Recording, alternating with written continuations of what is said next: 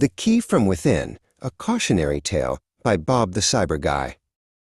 Hello everyone, I'm Bob the Cyber Guy, and today we're talking about one of the scariest headlines in my line of work. No threats are more devastating than insider hacks. We spend so much time building tall walls and thick doors to keep the bad guys out. But what happens when the threat is already inside the castle?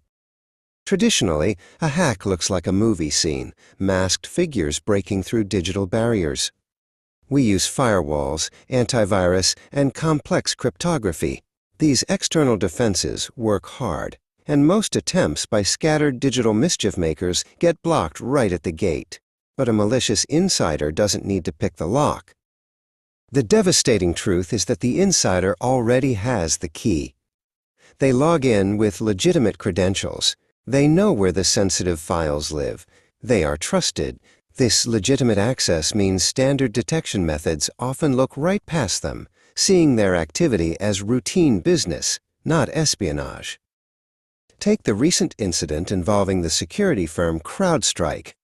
A terminated employee, looking for a quick payout, decided to share internal company screenshots. These screenshots went to a known cybercrime group, reportedly for $25,000.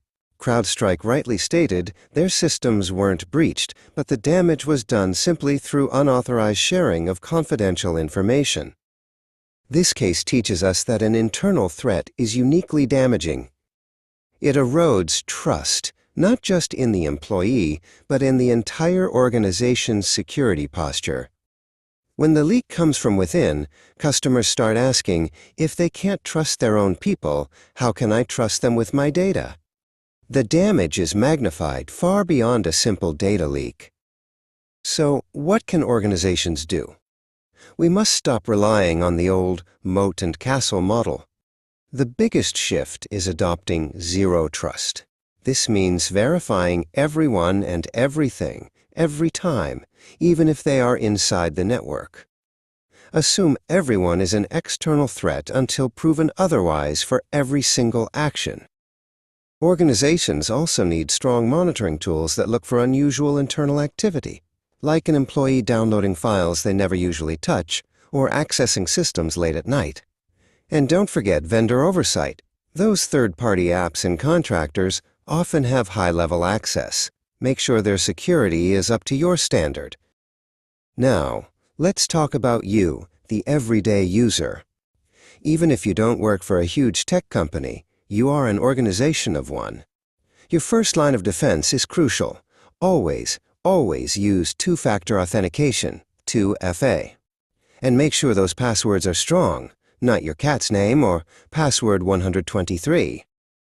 And here's a tip most people overlook. Apply that vendor oversight philosophy to your own service providers. If a company you use has a security slip-up or a vague policy, don't just shrug. Question them. Ask them how they protect your data. You are their customer, and demanding better security drives the whole industry forward. Insider threats are tough because they exploit trust, which is the most valuable and often the most vulnerable commodity in the digital world. The lesson from the CrowdStrike case is clear.